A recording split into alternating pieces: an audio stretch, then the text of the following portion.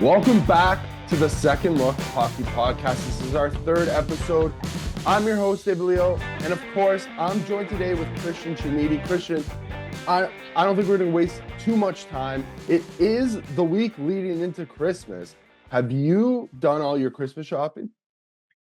You know what? Shout out to my dead-end part-time retail job that allows me to get any last-minute gift shopping done. So I may have snuck in some last-minute stuff yesterday.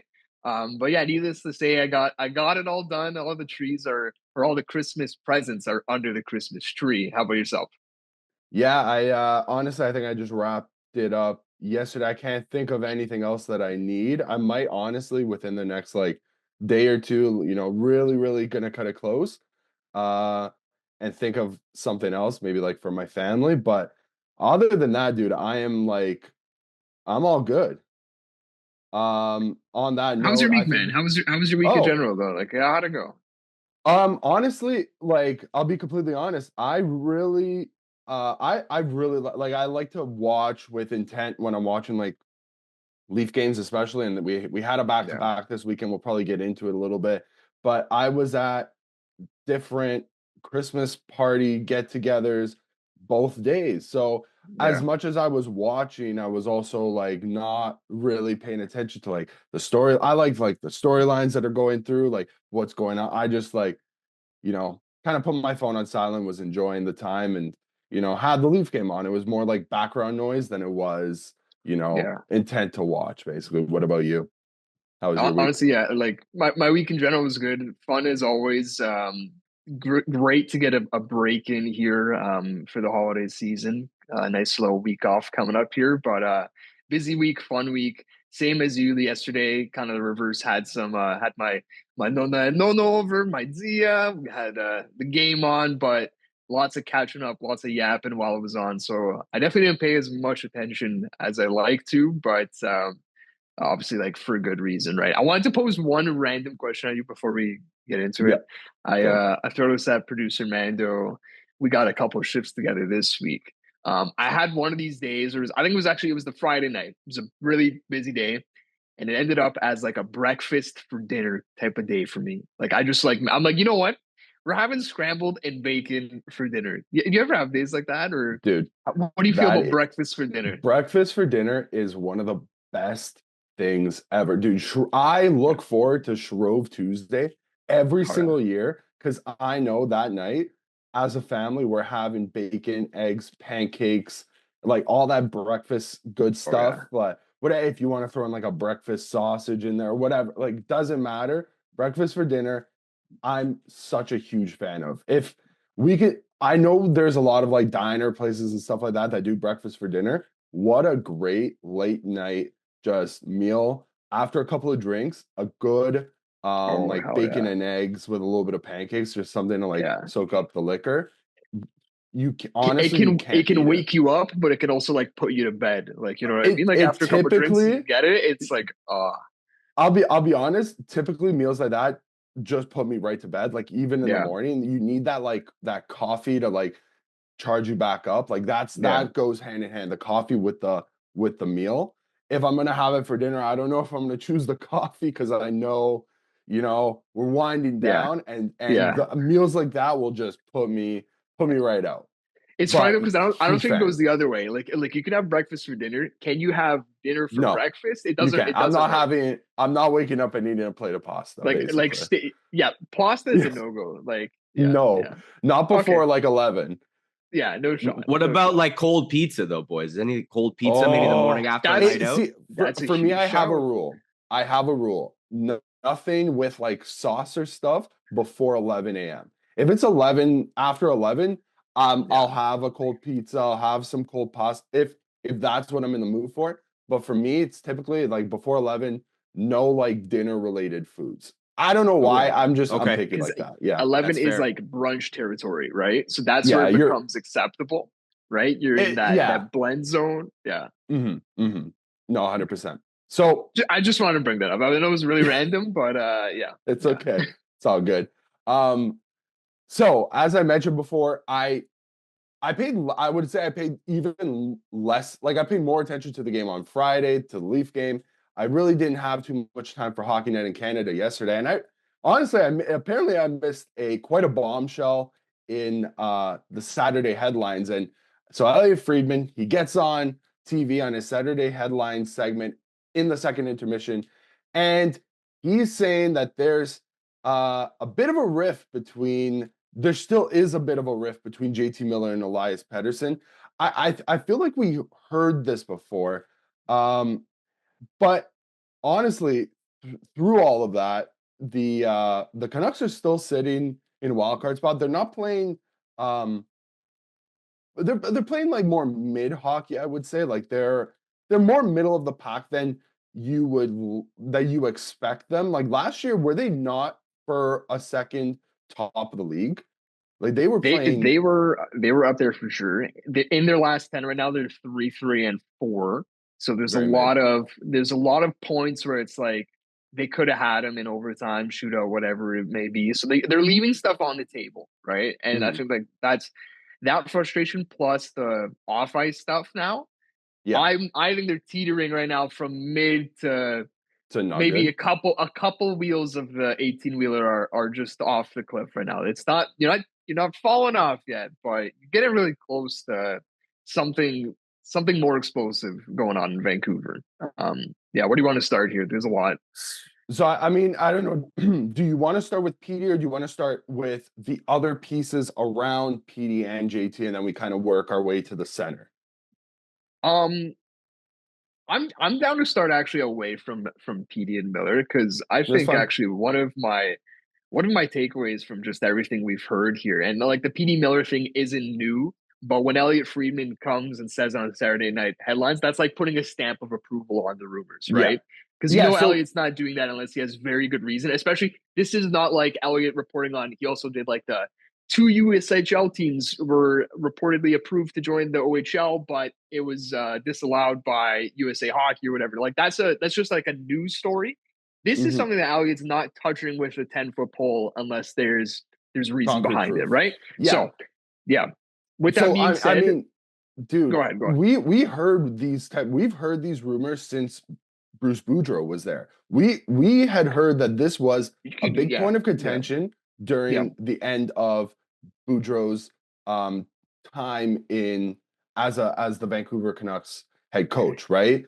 That there was a rift between it was more of the locker room, and it kind of centered on those two players being Miller and Pettersson, but we never got it confirmed. Now getting it confirmed 100%, Christian, it is like the stamp of approval. If Frege is going on national TV to say it, it's got legs. So the first thing I'll bring up here is Captain Quinn Hughes. He's asked about the situation after the game the other night, and or was this pregame? I think this was this was either a practice availability. I think it was like an after practice availability.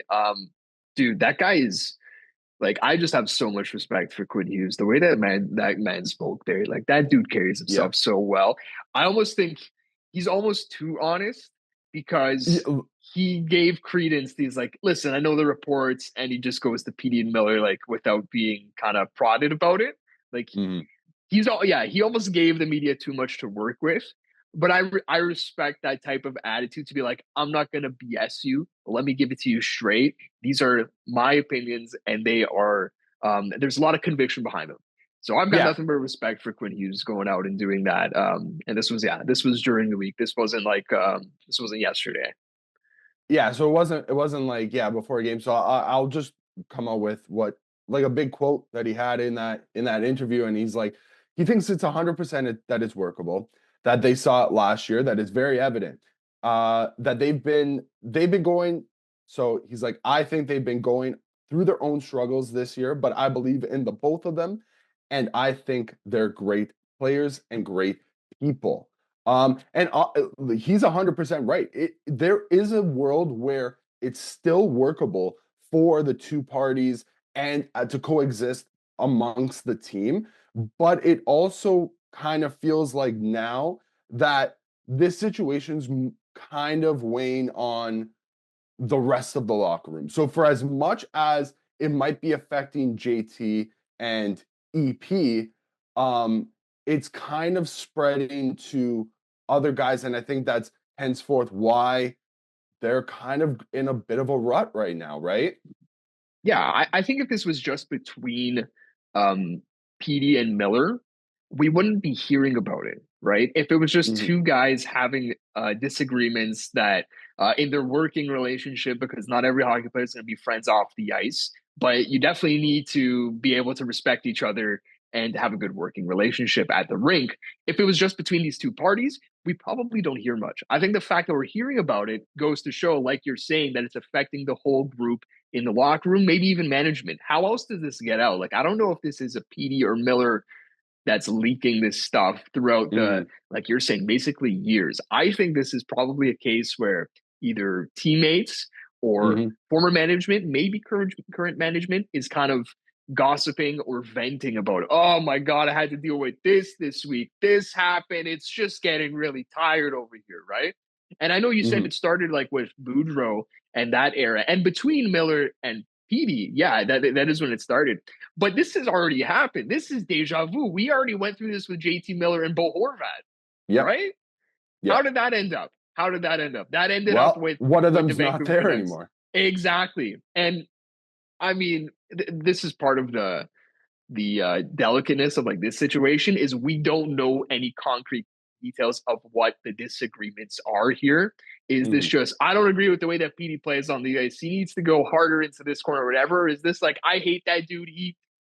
We just don't vibe. We don't have the same Yeah. type of personality. Like we don't know. I don't think we are ever gonna know. So we're just dealing with these two don't like each other. That's as far as we can go with specifics. But I that's kind of how it was with Bo and JT, right? Yeah, I tend to believe that if it got to the point where it's an unworkable situation, one of them would not be there right now. And for all intents and purposes, it seems like that the Canucks committed to well, they did. They committed to EP. So Financially, yeah. if one player wasn't if one of the two was gonna have to be broken up off the team, it would have been JT Miller. And there was a lot of speculation that that time that JT took away from the team um might have spelt the end of JT Miller's time on the West Coast. And you brought up one thing talking about like their level of that they don't have to be the best of friends off the ice, but at least when you're on the ice, you gotta act like just a pair of coworkers. If I'm gonna be going into my job or you, Christian, you're gonna be going into your job, you might not vibe with the person you're sitting next to. But at the end of the day, if you're sitting next to this person and you have to collaborate with them, you need to learn how to collaborate with them amicably. And that kind of goes to what Rick Tocchet was saying as well during his practice after practice interview questions. And he's going on record to say that you've got to be mature about it too. You don't have to play PlayStation together. You don't have to go to dinner together. But if it's your turn to go to the net, you go to the net. And that is that not like a perfect Rick Tocchet? Like, does that just not encapsulate what Rick Tocchet is as a coach? Like, that is Yeah. who he is. He's not the best friends with everybody on the team. But one thing that Rick Tocchet will tell you to do is if you're playing under him, we don't have to be the best of friends, but my God, you better be fighting for the other person out there, regardless of like your friendship status. If you got to go to the net, you have to go to the net. Um, Yeah. Um, honestly, I think. Sorry, Christian, just to cut you off. yeah. No, it's all good. Has Rick Tocchet not like blanketed a lot of probably some of these fractures over the past year and a We half to talked 2 about it last episode, like the JT Miller whisperer, that he is someone that kind of gets, I think, his side of the equation really well. Not to say that he doesn't get P's side of it, but I think JT is the more fiery of the two. That's kind of what Yeah. we've come to learn. On that note, I'm gonna throw some stuff at you here.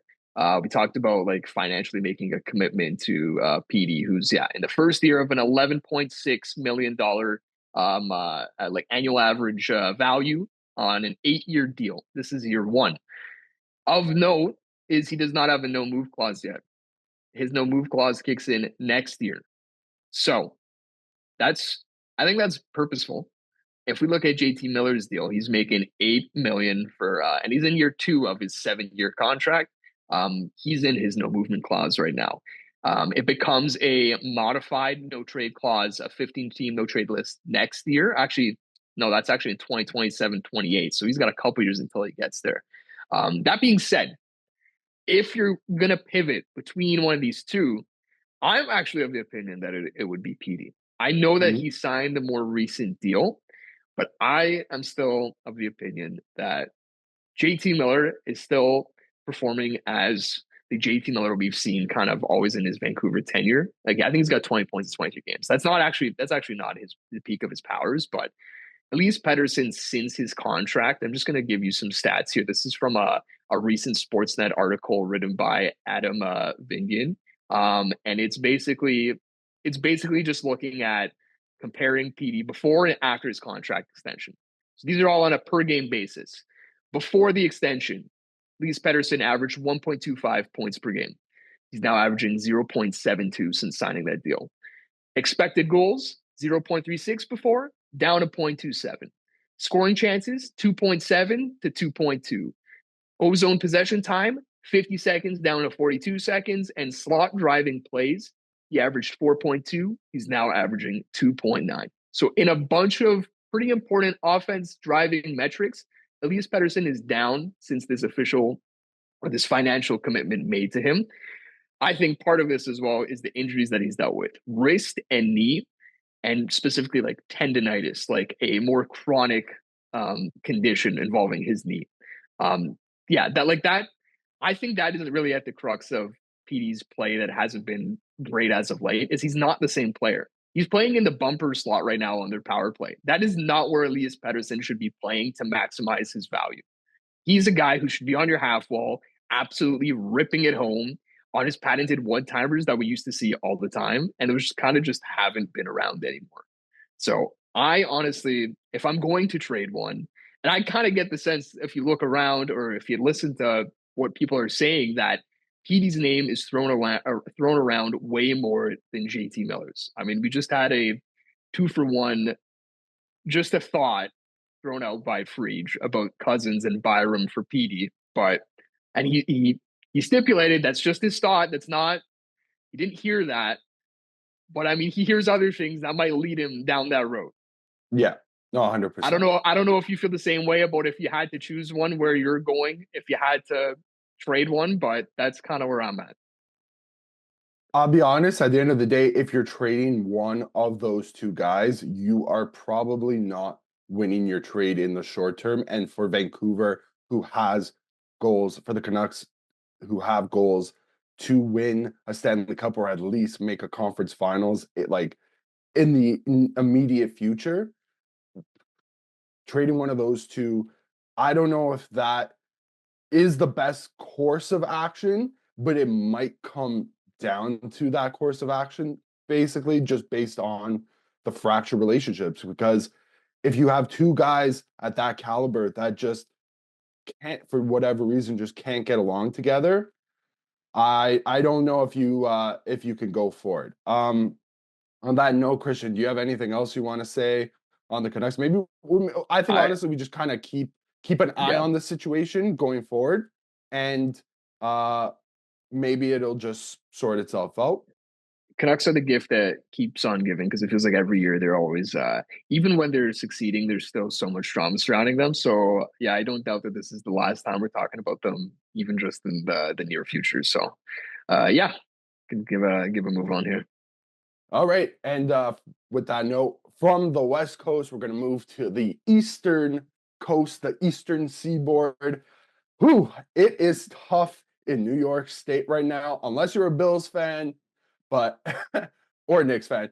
Every other team in that city is just going through their own problems, especially in or a Mets fan or in that state. That's I sorry to upstate New York. I always lump you guys in with the city, but man, if you are a fan of a New York sports hockey team right now, it's not looking good. I kind of coined the term in our group chat as the mid, the bad, and the ugly. I love it. I love Yeah, that. so the mid, the New York Islanders, the bad, the New York Rangers, and the really, really, Okay. really ugly, the Buffalo Sabres.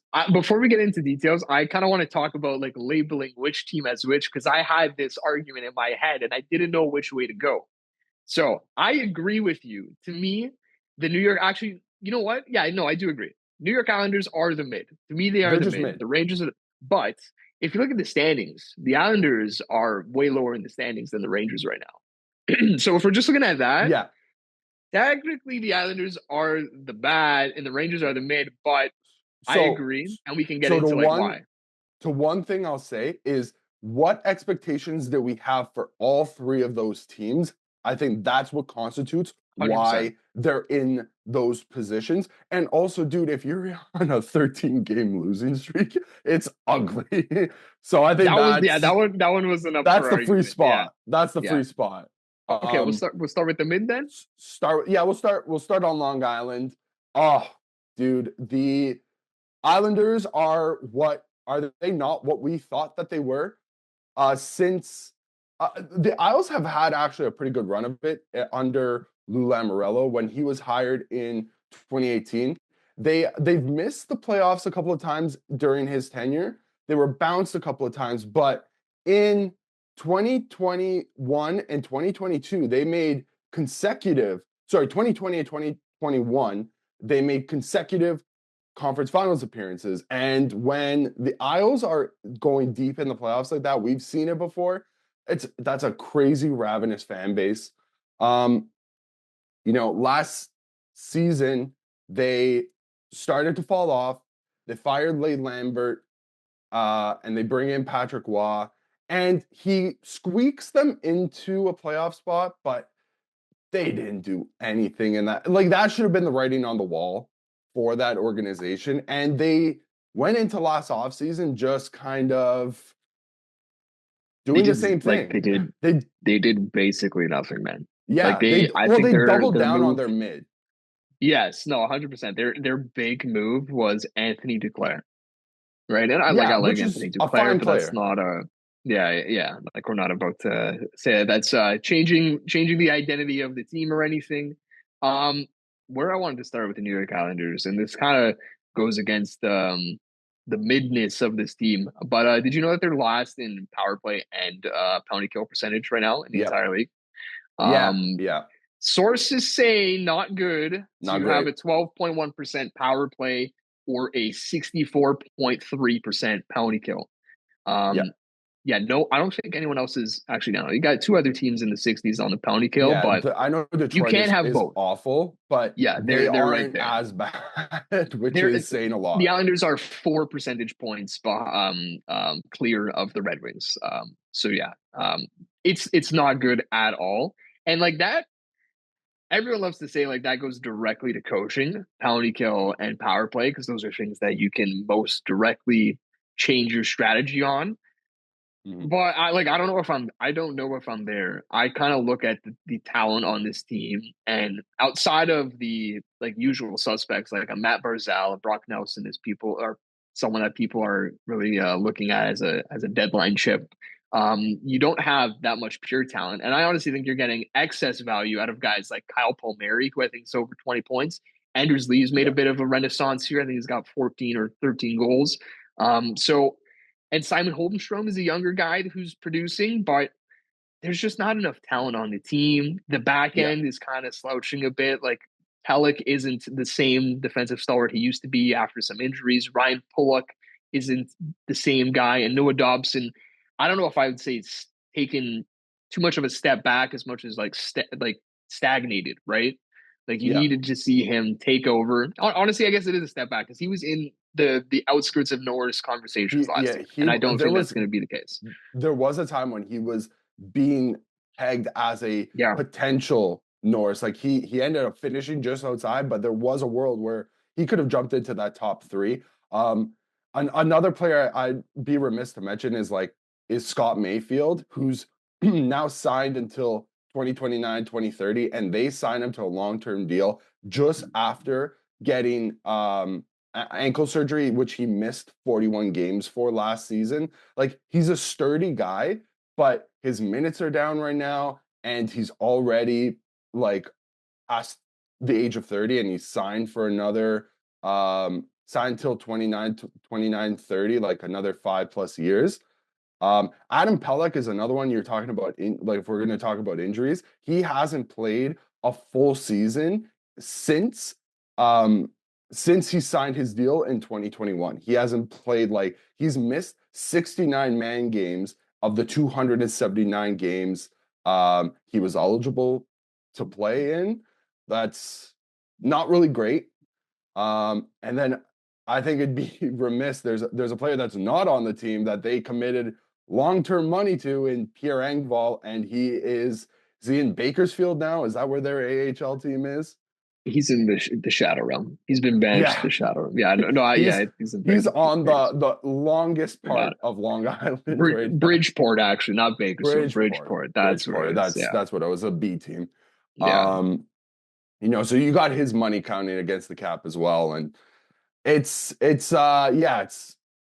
might be time, I think. Lou Lamoriello, he's 82 years old.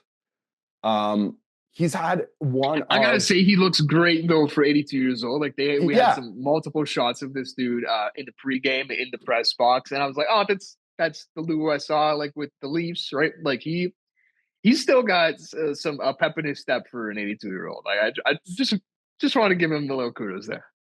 So I think you're gonna find with this segment, we're gonna have a running theme here, and I think this running theme is gonna be that ownership needs to take action for the team that's on ice.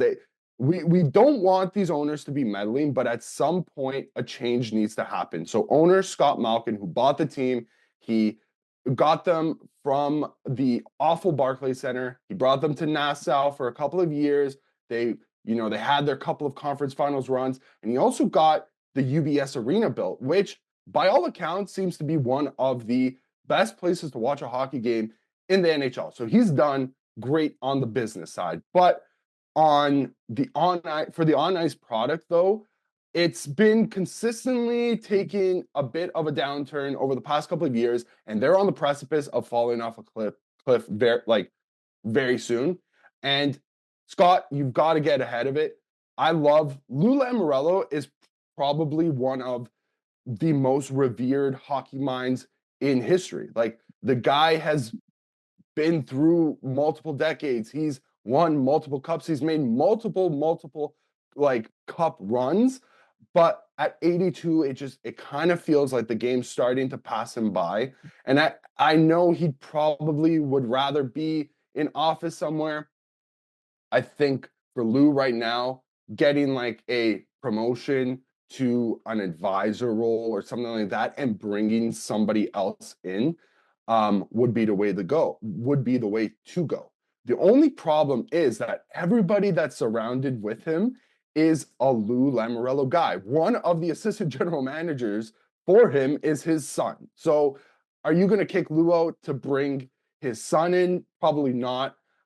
There's really nothing on the market right now in terms of new GMs. And we're also going to see this like with the other two teams.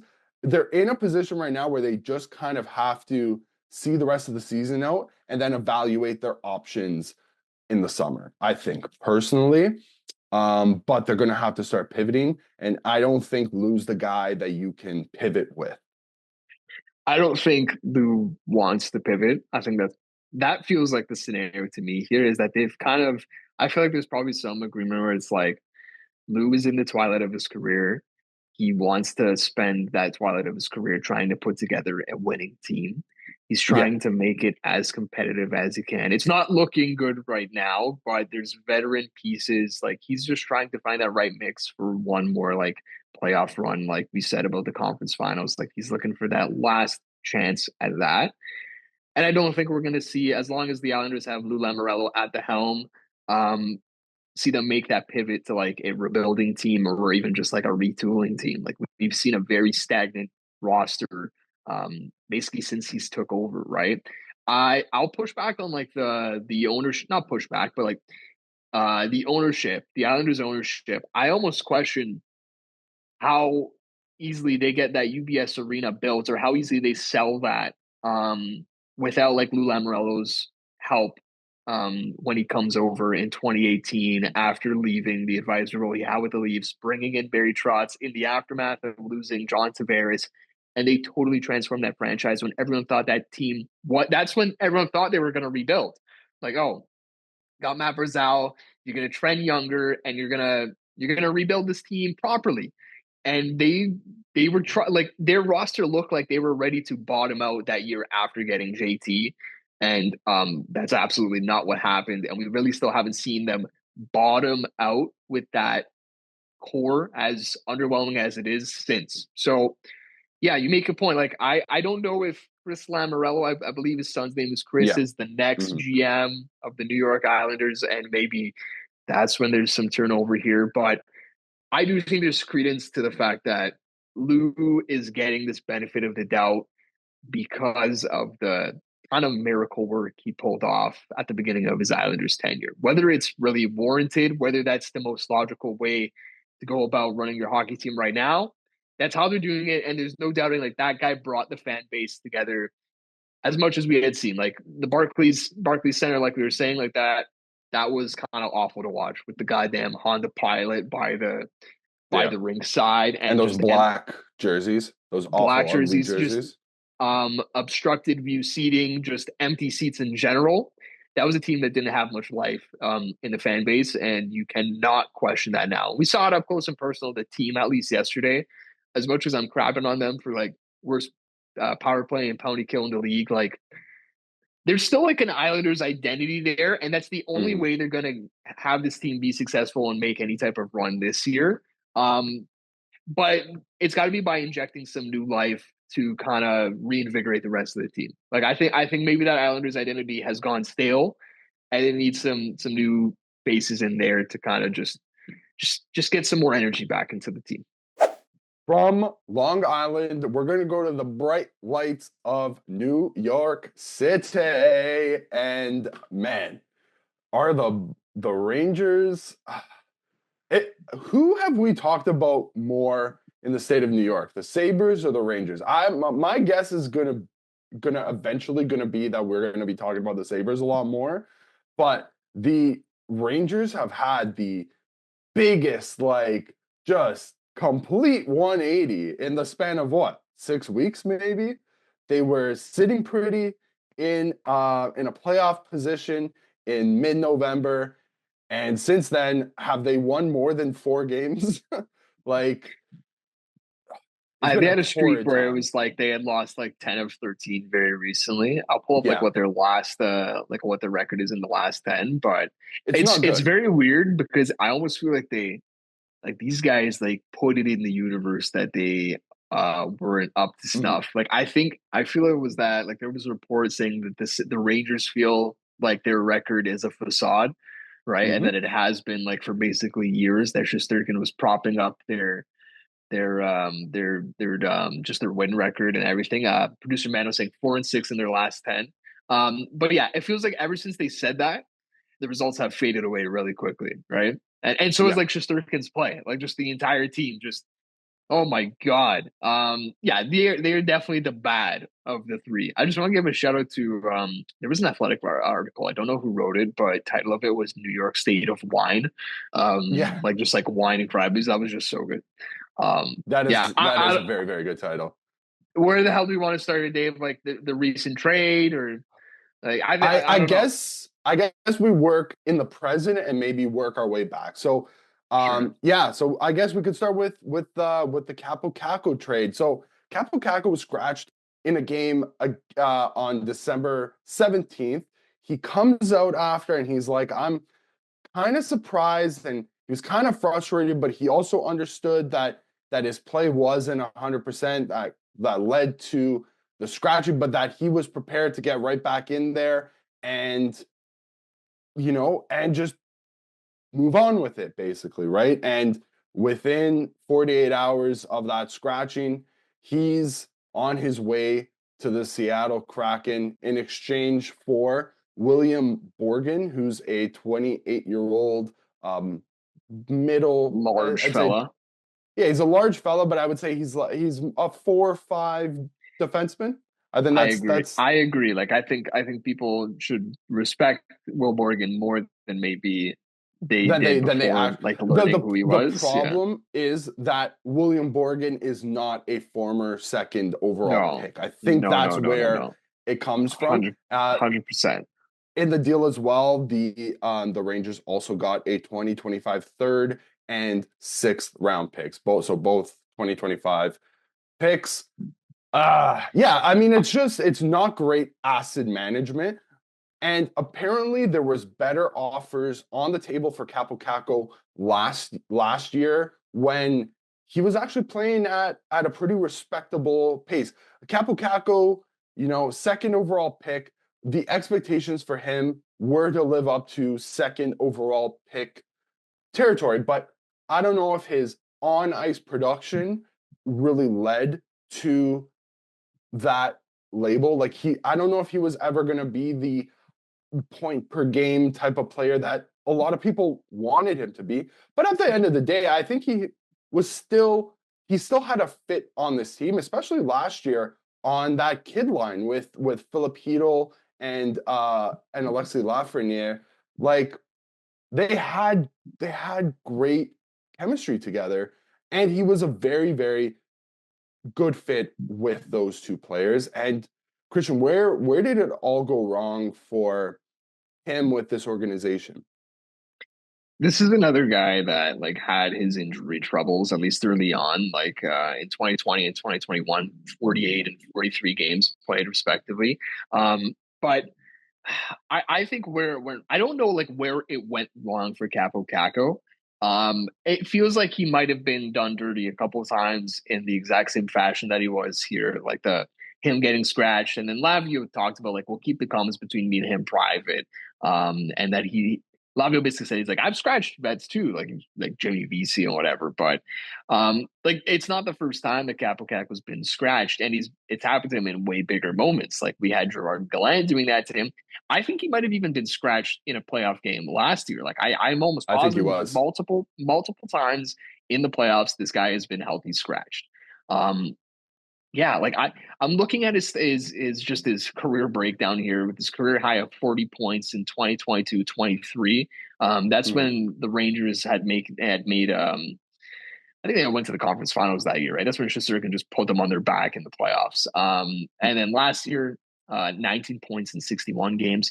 He was at 14 points in 30 games as a Ranger. But if you go back 10 games ago, he had got the majority of those 14 points early on in the season, and I feel like that's when the Rangers should have pulled the trigger.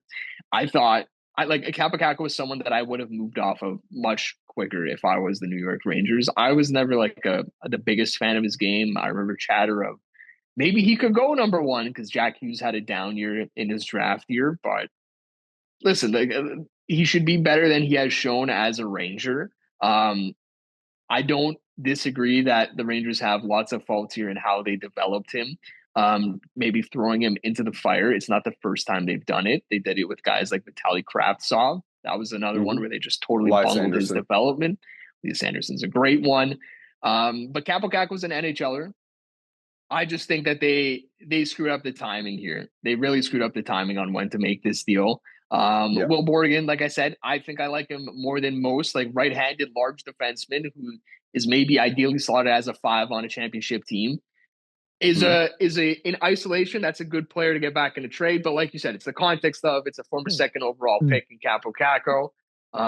Yeah, it's I I just have a couple of quick notes on that trade. Does getting Will Borgen back, does that not feel like the Jacob Trouba replacement? If you're going to look at it in isolation, that position that Will Borgen is going to be filling is going to be the exact same position that Jacob Trouba was filling on this team. And while they are very different players, like on the ice, Jacob Trouba was thrown into a more defensive minded role with the team, and he kind of just sunk. Like they didn't let him swim. They handed yeah. him a boat anchor, and he couldn't recover. Um, but is Will I Borgen seems more suited for that type of role? I kind of think that Will Borgen isn't as much the Trouba replacement as the potential replacement for Ryan Lindgren Hmm. if they don't re-sign him. He's a pending Okay. free agent, and he's another guy who's just been he puts his body on the line, but pays the price maybe too often. Where availability needs to be your best ability, and it isn't Hmm. that often with Ryan Lindgren. He's been like a staple on Adam Fox's right, just like as a D pairing. And it just hasn't had great results this year. I think that might be somewhere where they let him go, or he might be a trade candidate, and like Will Borgen naturally goes into like that type of position. I can see something like that. Uh, Will Borgen, he's not going to make the crazy hits that Jacob Trouba did, but he'll probably play better defense, right? So, That's for sure. um, yeah, yeah. I I had to also, sorry, yeah. Go ahead, go ahead. No, I wanted to jump to the other side of the deal if you're okay with that. Yeah, Yeah, so now for Capo Caco, he's going to Seattle, and I heard this from another spot, but it kind of clicked for me when it was kind of spoken out. Does Capo Caco not remind you of like what what could potentially be what Eli Tolvanen turned into? He had all this um all this excitement going into Nashville, and he just couldn't really live up to expectation. He toiled away in the AHL. Now, they're not the same players by any stretch of the imagination, but as soon as Eli Tolvanen changed his scenery and he went to Seattle, he started to become he's not the point per game player that everybody thought he might be when he first came over, but he's at the very least a respectable and pretty pretty useful top six forward for the Seattle Kraken. Can Capo Caco become one of those reclamation projects for the Kraken?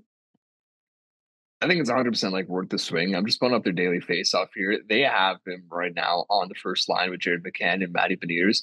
It's a pretty good spot to start or make a good first impression in Seattle. It doesn't have anything through 2 games yet. But like, yeah, you can't be put in a better position to succeed. And it's something that we just didn't really see with the Rangers. Like, he was maxing out at 15 minutes time on ice per game in his career year where he scored 40 points. Honestly, Seattle's a team that actually likes to roll their lines probably even more than a Rangers team. So Yeah. I don't know if he ends up averaging that much more. So it might just come down to, is this a better fit? I think he'll get lost in the shuffle in a good way in Seattle, Yeah. where Yeah. it's like there's not really like too many standout guys, but I don't know if the spotlight's going to be on him too much, and just kind of removing that the burden off his shoulders of being the former second overall pick. Like, maybe you lose that now when you go to Seattle, right? You're just Uh, Capo Caco. yeah, I think you nailed that on the head. And with that, um, we're gonna go from the I just bad part. I Oh got one yeah, last thing. This go is right from ahead. Vince Mercogliano, who put out an incredible article on December 19th titled, Do the Rangers Have a Culture Problem? This is on lowhud.com, Vince Mercogliano. Yeah, and he just kind of goes through everything, like from when Chris Drury was first brought in for Jeff Gordon. And there's 2 things that stood out to me here. One is a section titled The Jim Ramsey Effect, who was, by all accounts, a very beloved head trainer of the New York Rangers. And he was let go at the conclusion of the 2022-23 season. And by all accounts, Vince says multiple sources indicated the shocking dismissal was aimed as an ownership decision and had a chilling effect on the team. Ramsey was beloved by most players who privately let their displeasure be known. Um, there was then a ceremony for Jim Ramsey. Actually, sorry, not a ceremony. He just kind of made his return like quietly. Like, they had a night where they brought him in just to kind of thank him for everything. And it was it was Ramsey's first night returning to MSG. And he was actually the head trainer of the Montreal Canadiens. This was on February 15th. Kreider scored a hat trick in this game and declined to speak to the media. And according to Vince, he says it's because Kreider was so upset of the Rangers' treatment of Ramsey and refusal to acknowledge his return and feared he might not be able to hold that anger back if interviewed. These are just that's Vince quoting a source there.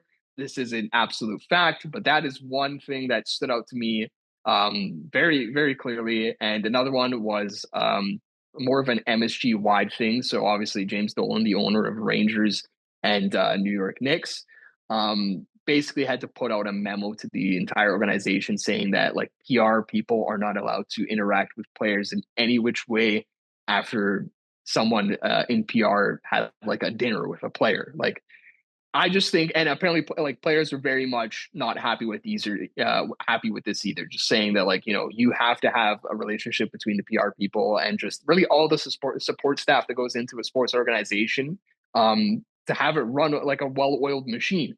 And so I think there's a lot of there's too much control coming from James Dolan from the top down, and maybe ways that don't need to be. And I can 100% understand players' frustration, not just with Chris Drury, which seems to come through loud and clear right now, but above that. So it seems to work for the Knicks. Like their GM, I don't think he's spoken to the media and I don't think he's ever made a public appearance like as the GM. Like he's never held a presser. It's something insane. Yeah, I have no clue who the GM is. I only got reminded because I read this article. It's Leon Rose. But yeah, so imagine if like any GM of a team just did not have press conferences. That's absurd. Absurd. It's a disaster there. We're going to see where it goes. Once again, this is not the end for the Rangers. It feels like another huge move is on the way. So on that note, we're going to keep close tabs on the Rangers, and from New York City, we're going to head upstate to Buffalo. Buffalo Sabres officially lost 13 in a row last night. They have their owner, Terry Pegula, coming out again. It would have been the beginning of last week, but when they hit 10 games, and they had a closed door meeting, which, I don't know. Do you leave your door open during meetings typically? Like I don't know. Open window meeting. I don't know. Maybe they should all go to like a forest and have a meeting out there, because everybody needs to take like a break basically. And it seems like everybody there is just beaten down. This is from Frank. Owner, he's got a quote from our he's got like a summary of the message from apparently that meeting. Summary of message and a quote: "We believe in you. The solution is within this room." That is what Frank asserted the summary of the message was delivered from Pegula to the team. And that Pegula professed faith in Adams, Lindy Ruff, and apparently told players not to expect a big trade.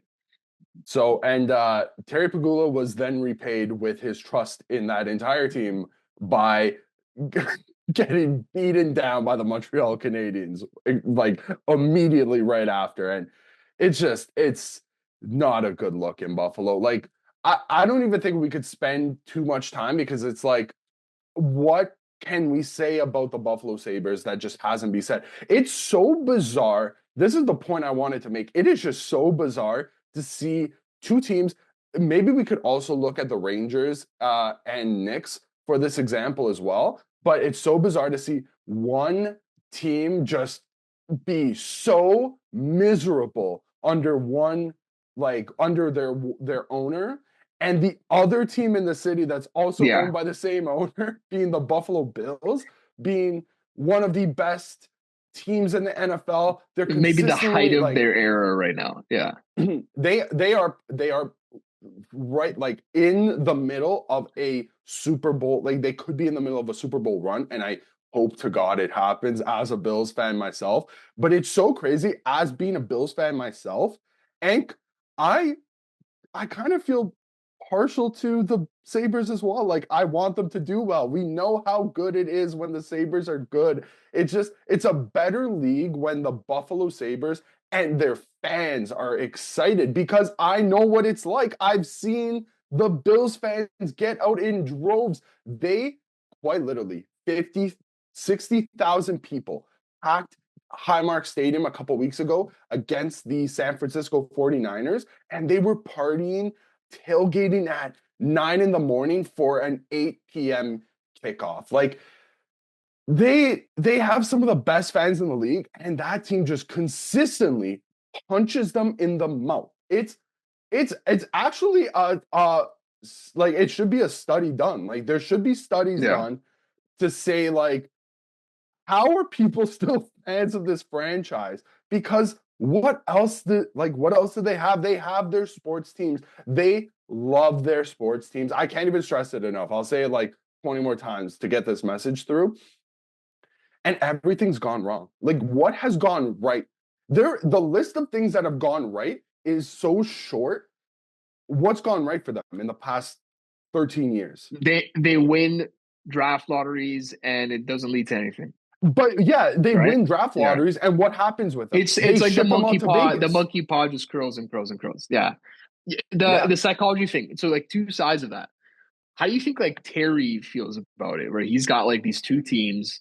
Like, do you think he just like doesn't think about the Sabres until I like he don't think he basically cares. has to address it? Right? Okay. Yeah, I genuinely, So- I think if they had done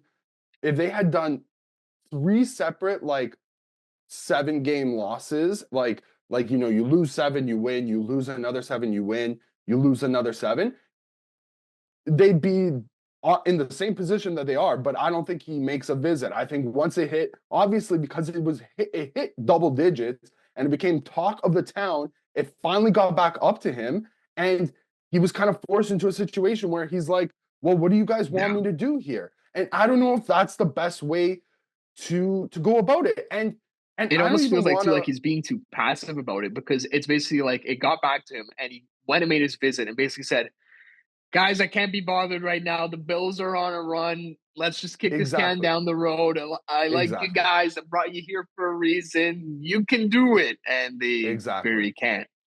Yeah. Okay, so how do you feel like a Sabres fan? Because obviously Sabres fans are also Bills fans, right? Like Yeah, they're the same for the people. most part, yeah. So when you're us as Leafs, Jays, and Raptors fans, when the Jays have not been great, I haven't gone to many games. I go to a couple games a year, right? You know what I mean? Like it's very easy as a fan to put your fandom of one team into the darkest, deepest corner of your mind while you enjoy another team. And I kind of think that's where Buffalo citizens and fans of just their sports franchises are at, where it's like, I'm not going to give a crap about the Sabres. I don't need to go to the games.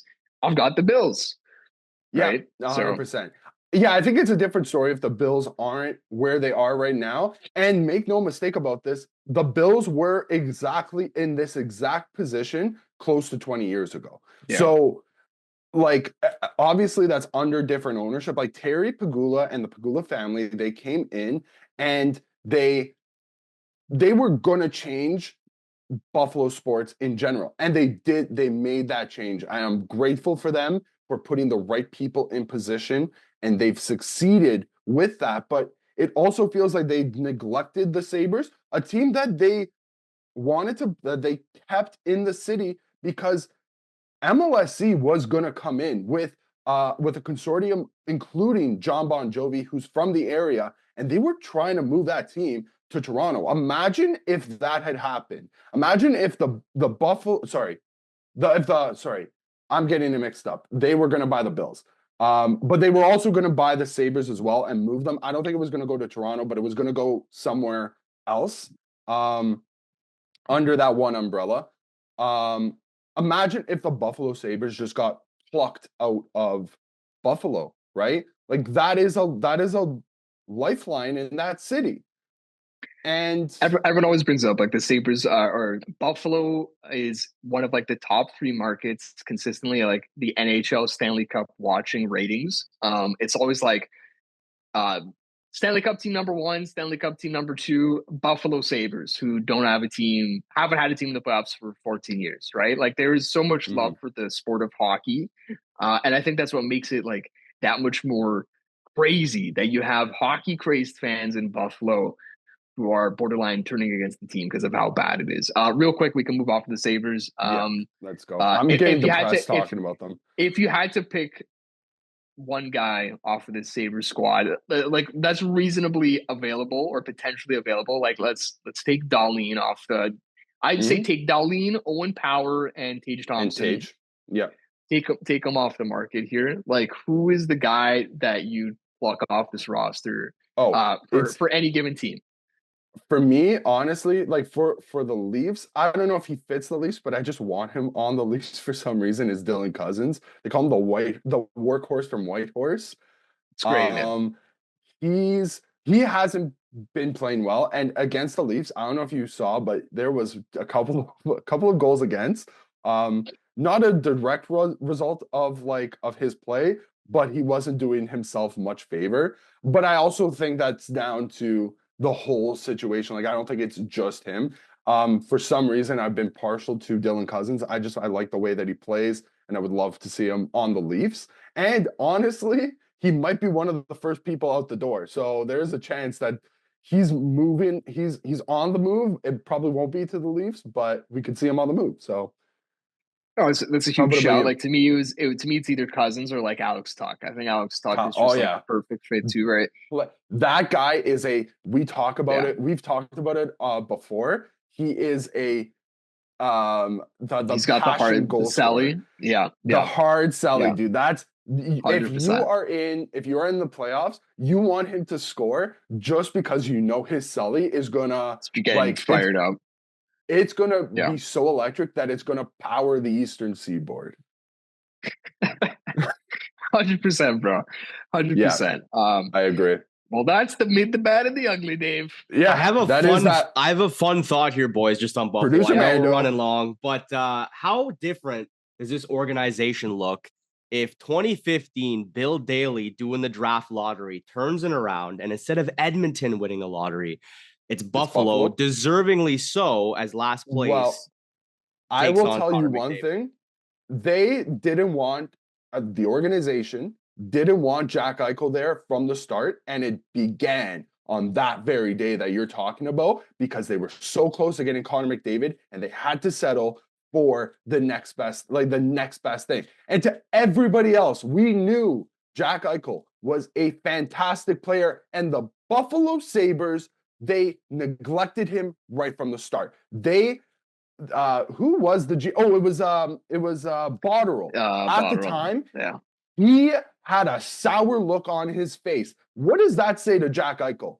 They don't want him there. And then they tried to do all this fluff about him, and they give him their extension, they make him captain, but he knew deep down that he's not the guy that they wanted. He was second best in their eyes, and I am so glad that Jack Eichel is getting his time in Vegas because he deserves it. And that organization did the absolute most sacrilegious thing you could have done and praying for the first overall pick. What a sad, sorry sack of an organization that was. Oh, I'm gonna get upset. So on that note, if Christian, if you have anything else you want to say, well, I think we just jump off I that.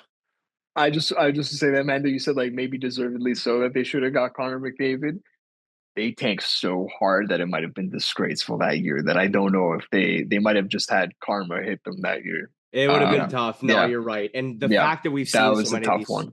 we've seen so many of these prospects, Sam Reinhart, and Casey other guys that Middlestat. have just Casey Ryan Middlestat's a good O'Reilly. example. The list Ryan goes O'Reilly. on and on. That it just seems like their development. And I think Mike Feuda even commented on this. They've kind of stepped away. The organization has. I don't know for how long, from in-person scouting to more video scouting. Over the past few years, Kevin Adams addressed it a few weeks ago when he did his press conference that, look, that shouldn't matter, but obviously we've scaled down on some of the pro scouting. But obviously McDavid's probably scout proof. The guy was obviously the number one overall regardless, but you wonder if there was an element of, would they have found a way somehow to ruin the draft stock of McDavid? Or, I don't know, probably unlikely, but I it don't know just, how you can it's a ruin sour it. look. Yeah, You're yeah. right. This, No, this is the 100%. thing. You know Is what I like, mean? did they? Jack Eichel is so good that he survived the Sabres, Yes. right? Yeah. Like he went through that tornado and came out the other side against all odds. So as bad as the Sabres are, Jack Eichel was saber proof. Saber proof. He was. And He he almost fair enough. very I like wasn't it. saber proof because of the way that they kind of yeah, treated him on his way yeah, out. And 100%. before we just bury them, let's move on. It says on our rundown that we're gonna have to talk about the Habs as much as as much as one person on this network would love for us to talk about the Habs. I think we just keep this one short and sweet. I will give Patrick Laine his flowers. He scores again last night on the power play. He's up to 8 power play goals in 9 games. That takes him to second in the league. That is ridiculous. He had a hat trick early on this week. I was watching that game. Who were they playing that night? That was the favorite, buddy. That was the favorite. Oh my God, that was that game. That's right. That was on Monday. Yeah. Oh God. So the Sabres.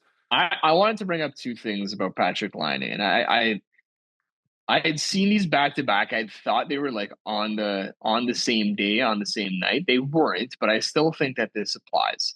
So this is a post game from Patrick Laine 8 days ago after the Habs played the Winnipeg Jets. They lost that game. But Patrick Laine hopped on. I don't know what network he spoke to, but it was obviously like post game interview. He's got the headset on. He's in the hallway. And this was his quote. I just learned to have positive conversations with myself. I've always been negative towards myself. That's something I've learned, to speak nice things to yourself, because your brain can't figure out if it's somebody else saying those things to you or yourself. So I try to stay positive. That's what Patrick Laine said 8 days ago. I love that too. And so I saw that one in a vacuum, like sick. And then he goes and scores the hat trick 4 days ago. And here was his post-game quote. I think overall, at least for myself, it was kind of an average game. If you take away the goals, I've had a million times better games than that and had 0 goals on the power play and went in. Outside of that, I'd call it a pretty average performance for myself today. So I just hope Patrick Laine is like really relishing the moment, that he's on an absolute heater right now.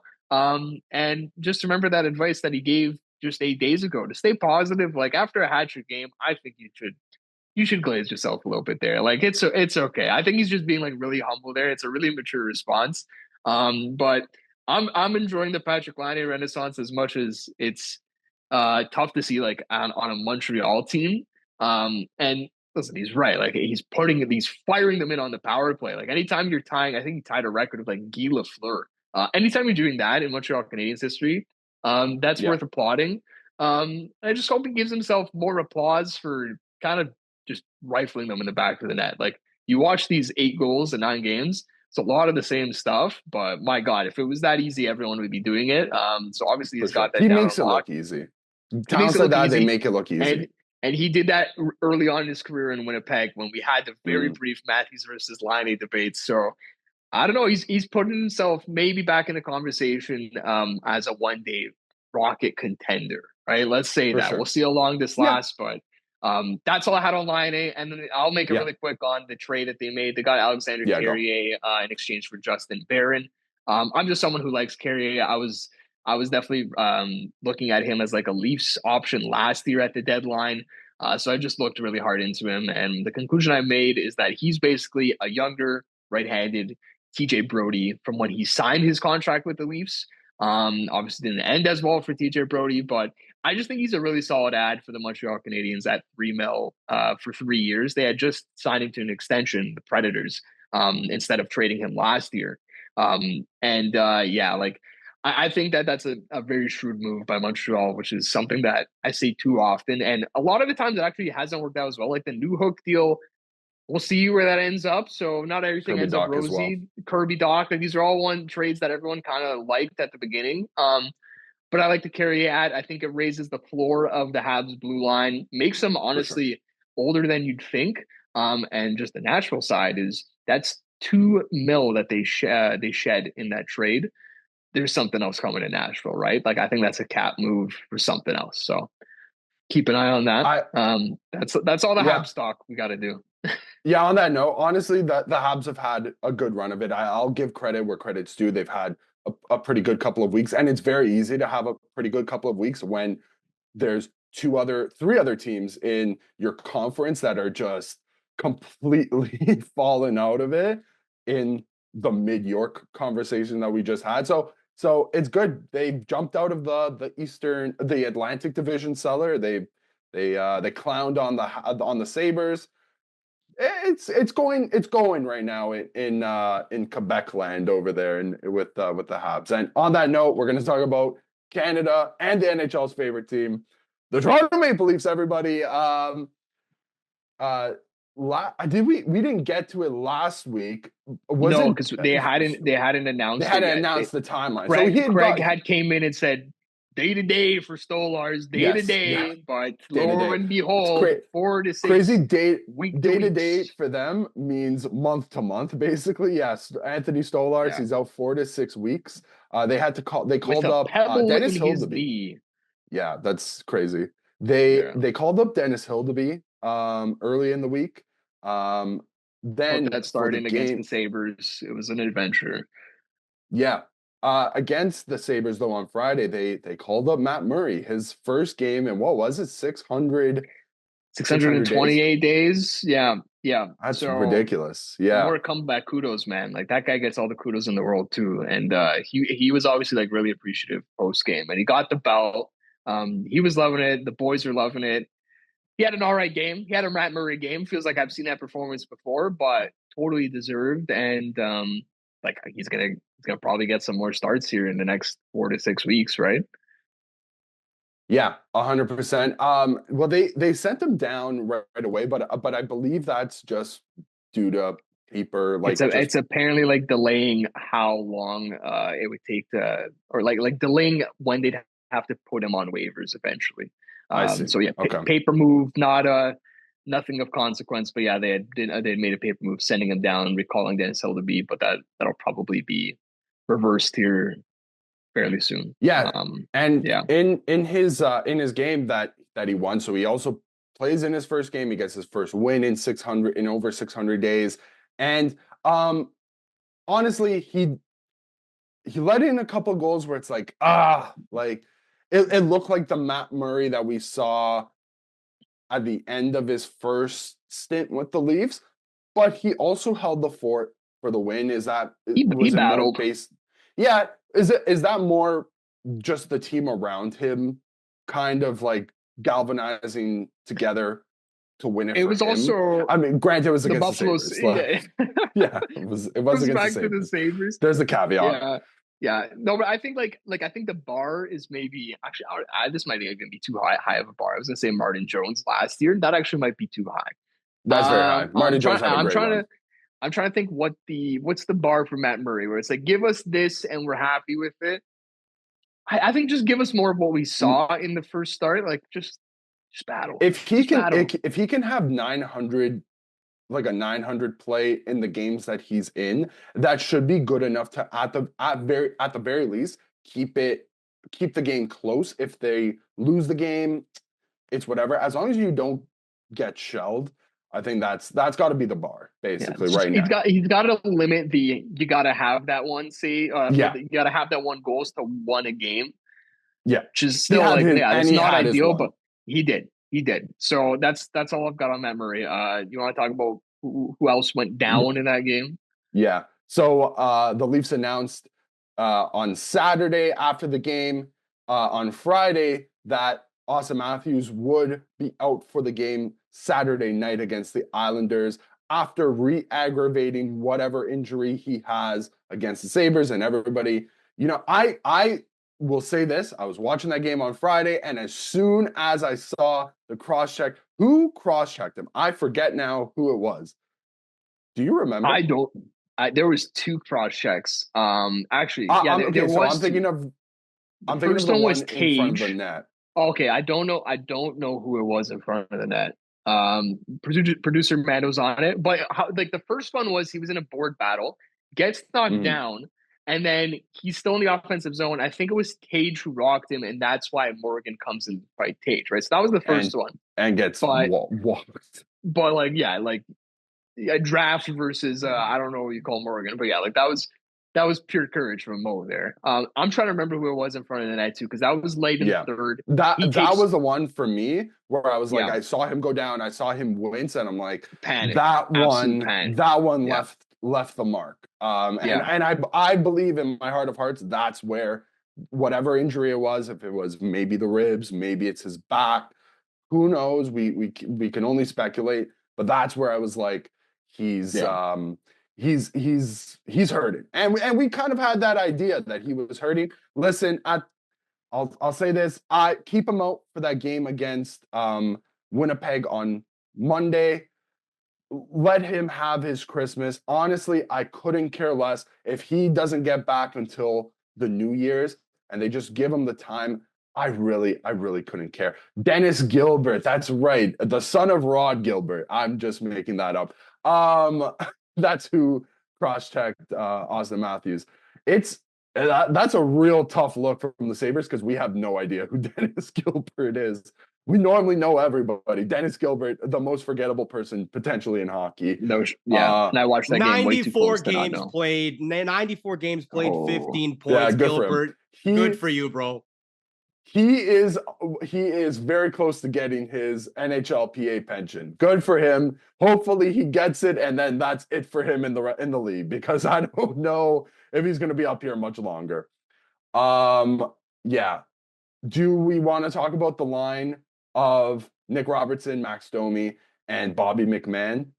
So, Christian, we discussed other things about the Leafs, but I think it'd be kind of remiss of us to not mention the outstanding play of their new and improved third line with Bobby McMann, Nick Robertson, and Max Domi, who all three of them scored in back-to-back games. So against the Stars, all three of them picked up a goal. And then that game on Friday against the Sabres, all three of them picked up a goal. That streak ended, obviously, last night with only Bobby scored last night, right? So regardless of that fact, what have you noticed about those three in particular over the past week that's kind of changed the outlook on the next few weeks, maybe the rest of the season, maybe heading into the playoffs? It's really interesting when you think about how this line was put together, what went through the coaching staff's head. Do you tell yourself, all right, we have a guy who's in a real big slump right now, Nick Robertson. I think he had gone off the schneid with Max a goal. Domi. Well, that's the thing, right? So you have one guy, Nick Robertson, who's in a massive slump, and you have another guy coming off injury who is yet to score on the season, in Max Domi. And your thought is, I know the solution.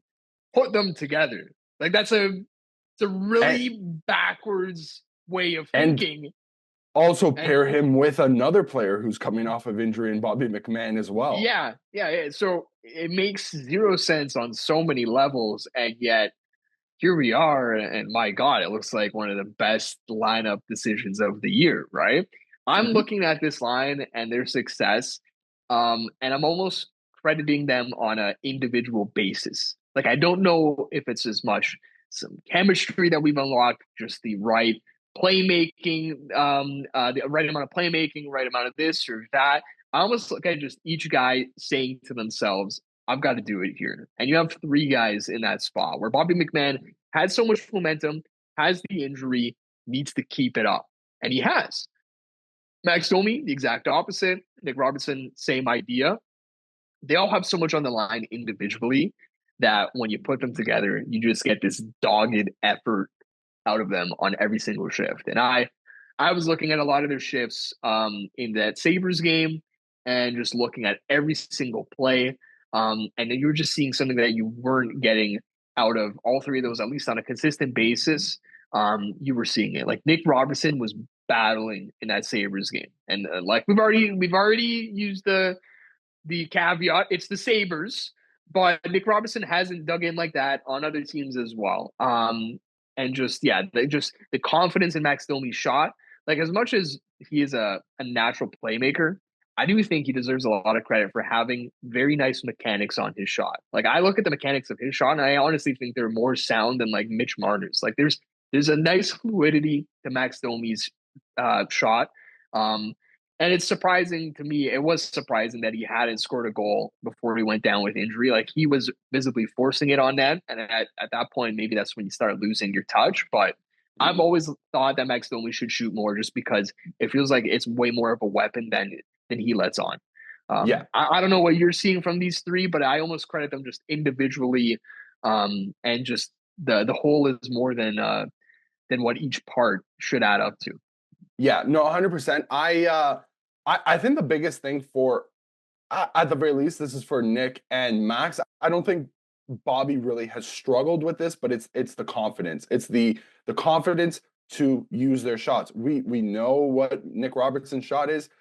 He was Mr. Scratch and Score, right? Last year he gets scratched one game, the next game he comes back, he scores. He has another couple of games where he's kind of lacking a little bit and he's lacking his confidence. He gets scratched, he comes back, he scores. And it was a cycle for 3 months. It was like that. And we're seeing it again. He seemingly kind of gets a kick in the pants every single time he has to sit. And this time it wasn't just one game that he's had. He sat for like 3-4 games in a row. He comes back and he looks like a completely different player.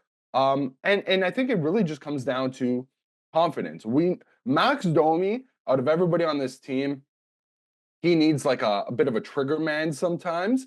And did it just not seem like that could have been a match made in heaven with the two of them? Like, you have your guy, as much as we want to see Max probably shooting more, but he's got his trigger man. He needs guys with more high-end offensive upside in order to succeed. He can't be alongside a David Kampf like he was last year. First line center David Kampf.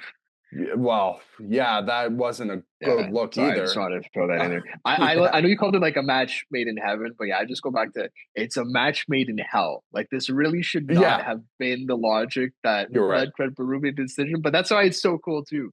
And I think that's why it took so long. Yes, like this was a last resort. Reasons, right? You're right. You're so right. Last thing, unless you had like other stuff about just the hockey aspect of it, but what do you think is a great nickname for this line? If it sticks, Sam Cosentino put out the Remedy line, RMD for Robertson, McMahon, and Domi. You could honestly do a lot like with the acronym. Like you could do DRM for like the dream line, but like that you can't call a third line a dream line. Right. It's like okay, I think we should workshop like this one. I like Remedy too, but I think we could workshop. I haven't done any thought myself, so like I don't have anything to throw out there. But I'm gonna take some thought on that. Yeah, 100%. We come back and maybe in a few weeks, maybe in the new year, and especially if it has like staying power. Yeah. Maybe there's nicknames we don't know about. We could throw that in. Maybe they've already got a nickname from the team. Like who knows?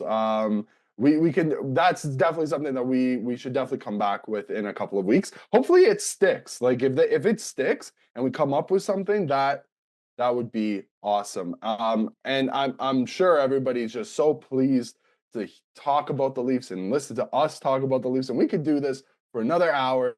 But I think that's I got one more. Yeah, you're gonna have to stay around for another 90 seconds here, guys. Go. Hit me with it. I got an interesting stat. This is from Data Driven Hockey 6 days ago, so slightly out of date. Leafs have played obviously a couple games since then. But he threw out NHL teams' records versus the top and bottom halves of the league this season. And the Leafs have the best record, or at least best winning percentage against the best teams in the league this year, as of 6 days ago. 80.8% of their matchups they've won against the top half of the league.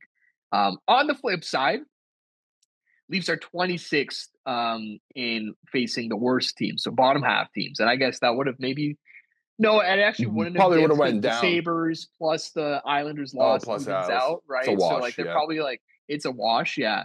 But like this has been a storyline in past seasons that the Leafs like play up or down to their opponent. And we haven't really heard it this year come up. But we're seeing it again. We are seeing it again. So I thought that slipped under the radar. You know what, dude? It makes complete sense because they had that game against Columbus early on and they blew it. The first game of the season, they lost St. Louis to game right after to the that. Habs. They lost to St. Louis. They also lost to the Red Wings. They lost to would the Sens be considered bottom? Sens now so that's the thing is like this is 6 days ago, so they might have. I bet they were on the borderline. They might have been considered bottom half, and they probably jumped into the top half now. So that's why the caveat, like this is 6 days old data, but like over the season stretch, like we're 30 plus games into the season now. I think 34 for the Leafs. Like, I don't know. It's just that is a trend that people have loved to bring up in the past, and I Yeah. haven't seen it talked about when it is. It's Really, it's also still the case again. it was also a very fair stat in years past, and it might be a very fair stat this year because this is a team that if they kind of get their act together against teams that are at the bottom of the standings, teams that they should be beating, this could Yeah. be a team that fights for a President's Trophy. If you're dropping games against the Habs and the not the Sabres this year, but like the Isles and teams along those lines, that might not even count the Rangers, who are right now in the bottom half of the league. But when they lost to them early in the year, they were like in a playoff spot, and they were one of the best teams in the league. So Yeah. it's a fluid definitely stat. Like it's fluctuates, right? 100%. Just to round out, I'll give you second in this stat was Washington. So this is important to note though too. So the Leafs at 80.8% winning percentage against top half teams. Caps are only at 65. So there's a 15% difference between the Leafs in first and Caps at second. Winnipeg in third. On the other side, best record versus worst teams. Vegas is really good against bad Holy teams. They've won. smokes. Vegas has won 95% of their games against bad teams. Capitals here second again. They won 88.5%. And It makes sense. Minnesota. And so on, and then at the bottom of this list, so the worst teams against the worst teams, Chicago really sucks against bad teams. Nashville sucks against bad teams, and so do the Islanders. So make of that what you will, but yeah, we can wrap it up on Leafs now. I just want to point out, like, there is a trend. Like, two of the top teams in the NHL right now are the Caps and the Jets, and also the Golden Knights, and all three of them are in the top six. I'm gonna kind of like, it's not the top five. Like, the Vegas Golden Knights are in the top six for the best records against the best teams, but they're all three of them are at least in the top six in both categories, and there's a reason why they are one of the three of the best teams in the league. And also the Leafs are up there as well, and that kind of gives credence to the fact that they're 26th in the league against the worst teams, and their record against the great teams are number one, of propping them up higher than they should be. So it's a stat that's worthwhile because it's a flexible stat, but also it kind of gives credence to the fact that the Leafs play down to their opponents. And if they can kind of figure that out for whatever reason, they'd probably be in that category in like the top three with the teams we just mentioned. So on that note, I think we can, if you have anything else, I think we can kind of just move ahead. We're good. To our quick fire. Yeah, go. Amazon? Yeah. So we're gonna do our little quick fire segment. This should probably be a bit less than our other segments. But the first thing I wanted to bring up, so Amazon announced that they'd be bringing back their behind the scenes show. Yeah, Inside the NHL. Is that what they call it? It's like the show that's akin to the quarterback in the NFL and starting five that's going to be coming on for the NBA, but the NHL have their own version with Amazon Prime, and that's Face Off, and it was a pretty, I would say, I think it was a big success. If they're renewing it for season 2, it must have been a success on not only from the fan level, like from getting all those financially great clips of Connor McDavid, heartbreaking, just take 8. Yeah, he was. Oh my god, that was like heart-wrenching stuff. Honestly, like, as somebody who really like the trainer with the curtain be like, get out of here, just very quietly.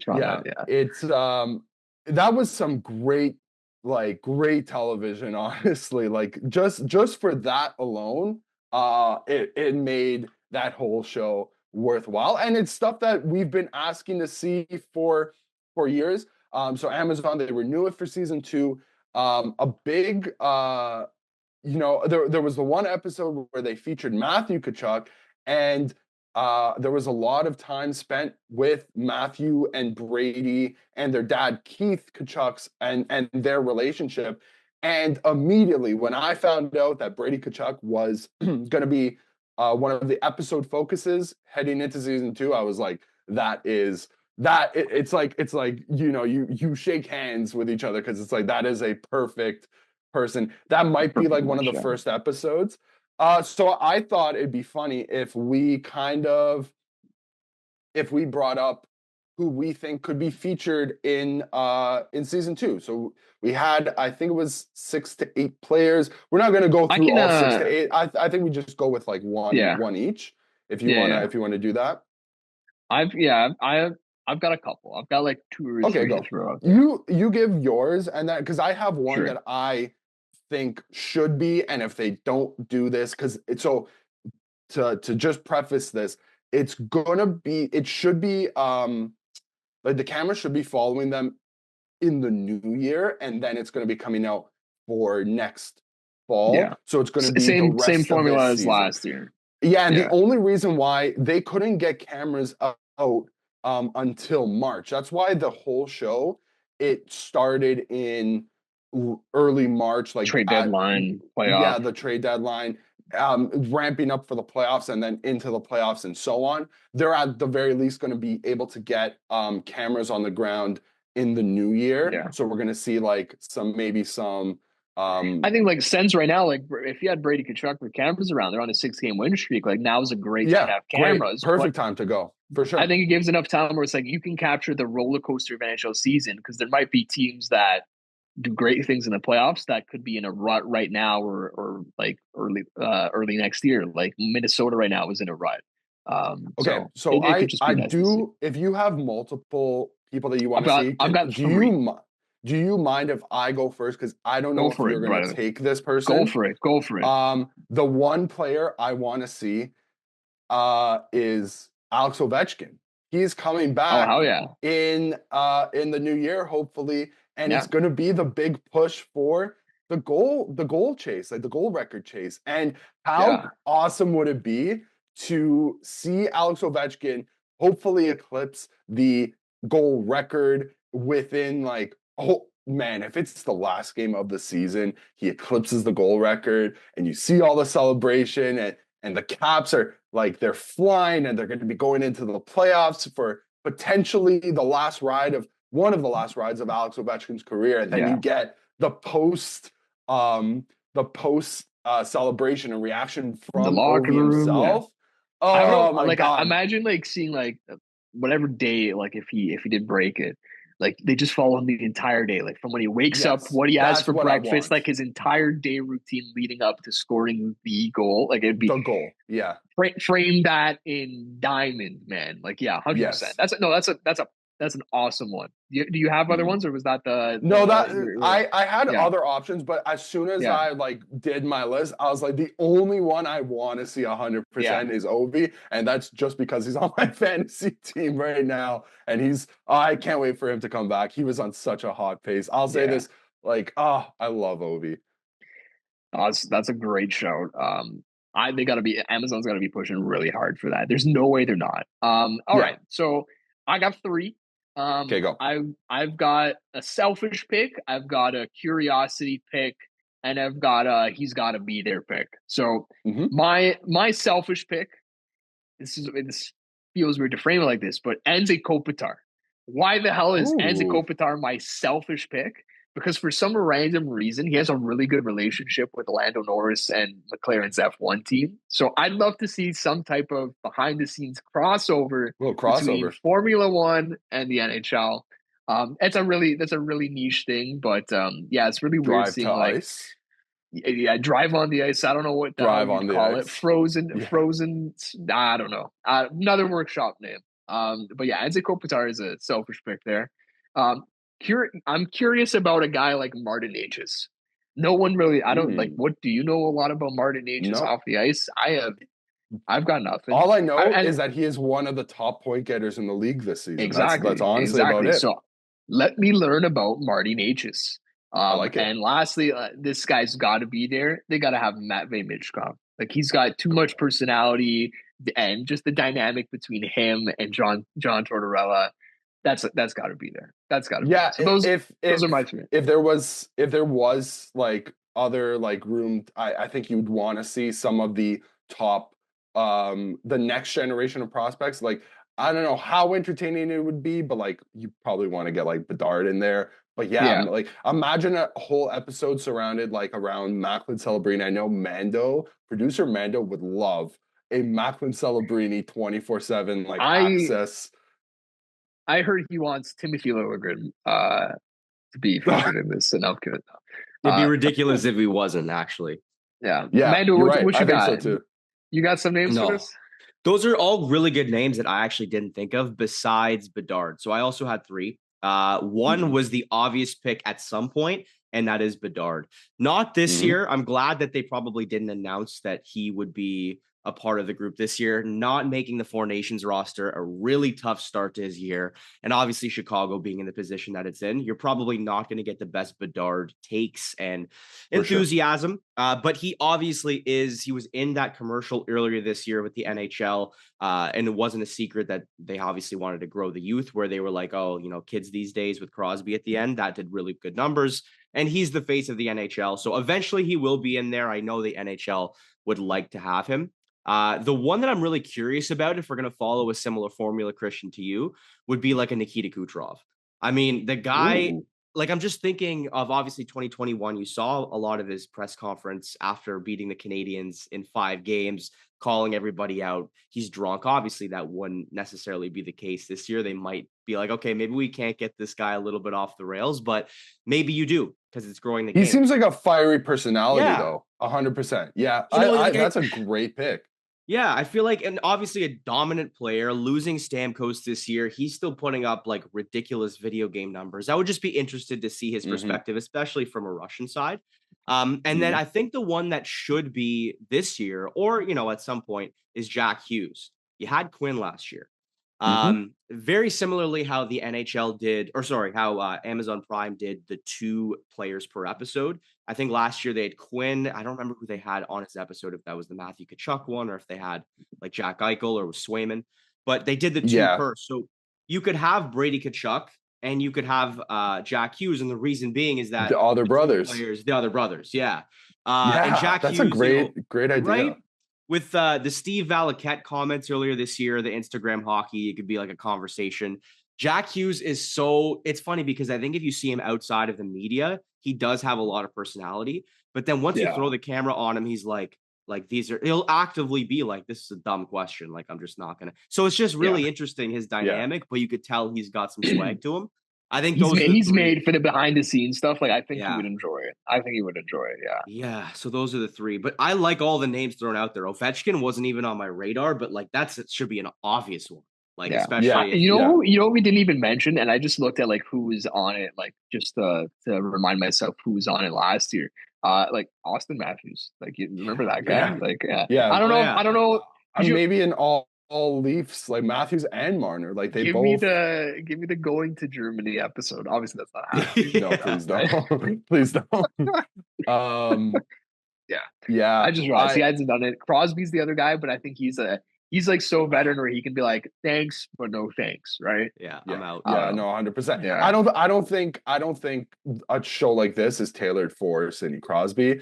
In his farewell tour, I think that might be That could be maybe fun. maybe Fleury. season 3. Marc-Andre Fleury, guys. That's okay. And Marc-Andre would be a pretty good need a one. goalie. On You need a goalie. farewell tours, man. Yeah, Exactly. 100%. I think of everybody on farewell tours right now, I think Marc-Andre is probably the most entertaining, I think. I would love to see Dude, just like a prank episode. Oh my god. No, that would be perfect. That would be awesome. I think we have the lineups for season 2 and season 3 made for them. Like, I'll let Amazon know, and they can send the invoice over. And we're free agents here at Second Look Hockey, Second Look Sports. If you ever wanted to, I don't know, do something, just a suggestion. So Christian, I think who put this next topic in that was the thing? So Christian, dude, I saw the Brady because I was at work watching the game when this happened. Holy moly, Brady Tkachuk's face looked mangled the other night after taking a high stick to the mouth. And then after the game, he's like, he gets a look at himself and he's like, wow, It looks like I've got the face for radio. And that's something that my mom tells me all the time. So, hey, Brady, me and you have something in common, buddy. That's funny. Yeah, I know. I saw that. I was dying. Yeah, I just want to throw that guy in there. We could get behind the scenes on that in Amazon as well. Yeah, Exactly. yeah, 100%. Yeah. How do you I- replace your upper canines? There you go. Behind the scenes with the dentist, Brady Kachuk's The dentist. dentist. Yeah. Yeah. I had this random last thing. I don't know if either of you Yeah, guys go. had seen it. I'll frame it actually without saying the player, and then you guys can maybe take a guess. A Nashville Predator not scored. He had 6 shots on goal in 3 seconds this week. Which Nashville Predator managed this incredible feat? Okay, so Christian, I'm sorry to burst your bubble. You did But see I it. did. You saw I did it. see Saw it. it too. I did see it. I did Ah, see it, but yeah. it wasn't. It wasn't from you. I Yeah. heard about it first, and then when I saw that it was going to be a topic, I just wanted to see the video. And it's a Leaf fan. It's the Leaf fans' favorite, Luke Shen, Yeah. with 6. And they're all like back. It's like back. It's scored as Backhand. Yeah.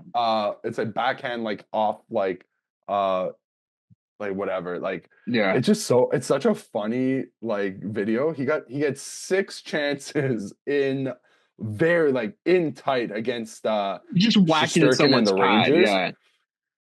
Yeah, I mean, if you had Luke Shen in fantasy that night, if you're in like a Oh, yeah. bangers league where it counts like shots and hits and stuff, that would have been the Luke Shen game, because like hit machine, block machine, and then somehow shot machine. He probably had no points, but still put up like 5 fantasy points that night just off of the shots alone. Like, how crazy is that? I thought that was hilarious. See, this is the thing, is that it's hilarious, and I found like until you watch the video, because you're like, oh, that's how that makes sense. Like in my mind, Mhm. trying to be like 6 shots, 3 seconds, 6 backhands. What the hell did this guy do? And then I watch it, I'm like, oh, okay, it makes sense now. It's Yeah.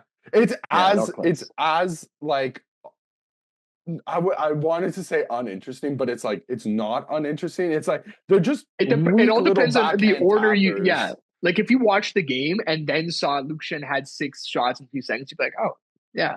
But seeing just seeing a tweet that says Luke Shen had 6 shots in a few seconds, I'm like, the Yeah. hell. So yeah, I don't know. think that a play like that also goes to you know those fans, like, have you guys ever watched with people? I'm gonna call out my mom here. I'm gonna call out my mom. The second knows I love time her. in 5 minutes. She's watched hockey a lot longer than me, but she is guilty of always being the first person to be like, oh, look at the shot differential. It's like it's 25-10 and it's not going in your team's favor, or maybe it is going in your team's favor and it's a very close game. That's the exact reason where you don't take the shot count into like at face value, because that's 6 shots right there. How many of those backhanders have more than a 1% chance of going in? We should on call that Shesterkin? 2 shots. Like I'm putting the ceiling on that sequence at 2 shots. For I go Detroit. 1. Yeah, I don't blame you, man. I'll give you 2, Yeah. but I go at 1. But Yeah. that's what I mean. Like there's some times where it's like that's scored as 6, but it really shouldn't be more than like 2. No, Yeah. So I'll call on my mom. She knows I love her, but that's how sometimes shot counts can be a bit deceiving, especially like they don't get like it goes on a home like whatever, like whoever's at home, it goes on their the basis scorekeeper. as well. Yeah. So if the scorekeeper sees that as, they scored it as 6, I think that was at home in Nashville. Well, obviously that's going to be counted as 6 shots for. If the roles are reversed and the Rangers are doing they that, actually take away 6 shots from Luke Shen if you do that. You look at the box score and you see Luke Shen was -6. Wait, that's not his plus minus. That's his shot total. What the hell? Yeah. So it's just a warning, I would say, to more casual to like semi-casual fans. Just be aware that every home ice in the league has their own way of scoring things. And while if you watch the play in motion, that is 6 shots on goal. They can be deceiving because those were 6 shots at like a 1% chance quality of going in. So yeah. I did look at the And- box score though, just yeah. real quick. He led the team in shots that game with 7. So we 7. got 6 Oh, shots yeah. in 3 seconds, and then 1 extra shot in the remaining 59 and 57. 59 What minutes, a 57 hero. seconds. What a guy. I So, love it. That's got to be a career high. No doubt. Classic. No doubt. Oh, for sure. Shout out Luke Shen. Shout out Luke Shen. On that note, I think that's going to wrap up episode 3 of the Second Look Hockey podcast. If you enjoyed, let us know in the comments. For David Leo and Christian Chiniti and producer Alex Mandarino. Let's have a holly jolly Christmas. I guess I forgot to say I am wearing a Christmas sweater. It's I love it. It's the narwhal buddy. from yeah. It's Find your dad. it's the narwhal from Elf. I have 3 of them on rotation right now. Wow. All like all the boys- same color, or like you got the No, they're different colors. I have one. Oh, okay. It's a red one and it says Pasta Gabagool. Oh, that's my- I love it. And then I Oh, have another yeah. one. This is like a navy blue. I have one in black that's just got Tony Soprano with a Yes, yeah. a Christmas hat on. I've worn that one Yeah. for Christian before. It's a cool one. It really is. Do you guys have Christmas sweaters? Man, I don't have anything Christian, great. I you do. got to get a Christmas Yeah, you sweater. You gotta should get get like Okay. an F1 related one or something. Oh, that's a really good shout. Yeah. Yeah. I might have to be on the lookout then. Yeah. So on that note, Merry Christmas. We're gonna see you guys hopefully before 2025 wraps up, and hopefully next week we get some cool World Juniors topics to talk about. I am so excited for the start of that tournament. But on that note, see you next week.